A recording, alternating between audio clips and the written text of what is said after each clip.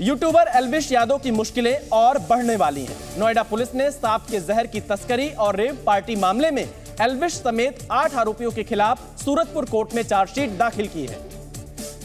Rave party आयोजित करने और उसमें जहर का खेल खेलने के आरोपों में फंसे यूट्यूबर एल्विश यादव की मुश्किलें कम होने का नाम नहीं ले रही हैं। इस मामले में नोएडा पुलिस ने शिकंजा और ज्यादा कस दिया है। पुलिस ने सूरजपुर कोर्ट में 1200 पन्नों की चार्जशीट दाखिल की है, जिसमें एल्विश यादव समेत 8 आरोपियों के नाम शामिल हैं। इस आरोप पत्र में 24 गवाहों के बयान नत्थी किए गए हैं। साथ ही नोएडा, गुरुग्राम समेत देश भर से केस की जानकारी भी पुलिस जुटा रही है।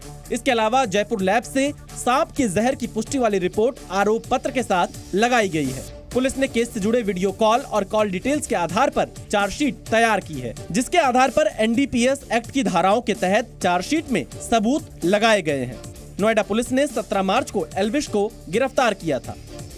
विवेचना के दौरान संकलित साक्ष्य के आधार पर नामित सभी अभियुक्तों के विरुद्ध माननीय न्यायालय में आरोप पत्र प्रेषित किया जा चुका है।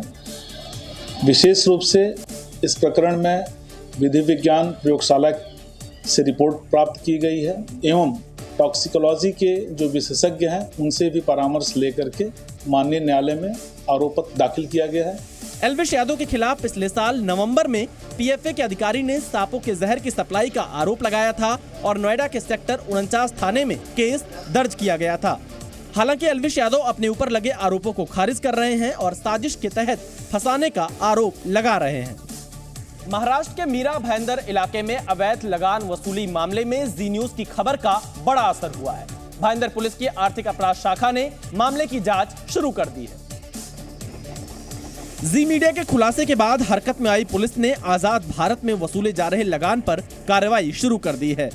महाराष्ट्र पुलिस की आर्थिक अपराध शाखा ने जांच शुरू कर दी है।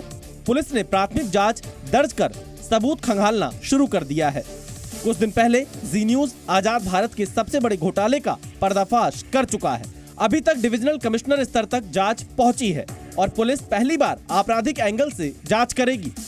दरअसल साल 2008 में द स्टेट इन्वेस्टमेंट कंपनी ने मीरा भाईंदर में 2905 एकड़ जमीन पर दावा किया था और साल 2015 में ठाणे कलेक्टर ने लगभग 8995 एकड़ जमीन इस प्राइवेट कंपनी को अवैध तरीके से ट्रांसफर भी कर दी।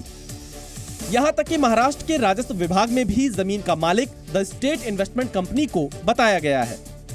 पहली बार ऐसा हो रहा है आजादी के बाद कि इस पूरे मामले में जांच शुरू हुई है। इसके पहले भी मुद्दा उठता रहा है, यहाँ तक कि मामला विधान भवन में उठा। साथ ही डिविजनल जो कमिश्नर रहे हैं कोकण के, उन्होंने अपनी जांच रिपोर्ट दी, लेकिन अब तक कुछ नहीं हुआ। पहली बार ऐसा हुआ है कि इस पूरे मामले में पुलिस ने जांच शुरू की है। इसी वजह से मीरा भाईंदर इलाके में जब भी कोई शख्स किसी भी जमीन सौदे की रजिस्ट्री करवाता है तो पहले द स्टेट इन्वेस्टमेंट कंपनी को लगान के तौर पर लाखों रुपए देने पड़ते थे और उसके बाद सरकार को जमीन सौदे पर स्टाम्प ड्यूटी चुकानी पड़ती है। बिहार की पूर्णिया लोकसभा सीट इस वक्त पप्पू यादव की वजह से चर्चा में है। पूर्णिया से निर्दलीय उम्मीदवार के तौर पर नामांकन करने के बाद पप्पू यादव एक जनसभा के दौरान भावुक हो गए। पूर्णिया से निर्दलीय उम्मीदवार के तौर पर नामांकन करने के बाद पप्पू यादव ने एक जनसभा को संबोधित किया। इस दौरान मंच पर बोलते बोलते पप्पू यादव भावुक हो गए और अचानक रोने लगे। क्यों जाऊं मैंने पूरा, आपके लिए लालू यादव सब कुछ हो जाता है। अपने संबोधन के दौरान पप्पू यादव ने आरजेडी पर उन्हें अपमानित और टॉर्चर करने का आरोप लगाया। आपको तिरस्कार करते हैं, अपमानित करते हैं। ऐसी जिंदगी जी के क्या करेंगे, ऐसी राजनीति क्या करेंगे। नहीं करनी है ऐसी गंदी राजनीति। मुझे 14 दिन से हमको टॉर्चर किया गया। पप्पू यादव ने आरोप लगाया कि उनकी पार्टी खत्म कर दी गई। उन्होंने कहा कि वो नामांकन वापस नहीं लेंगे और कांग्रेस को भी नहीं छोड़ेंगे।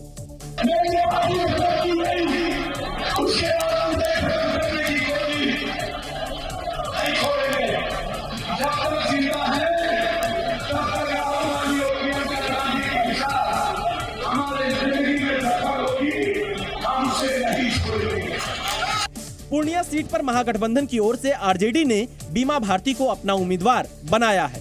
कांग्रेस ने पप्पू यादव को नामांकन वापस लेने के लिए दबाव बनाया। लेकिन पप्पू यादव चुनाव लड़ने पर अड़े हैं। Zee News.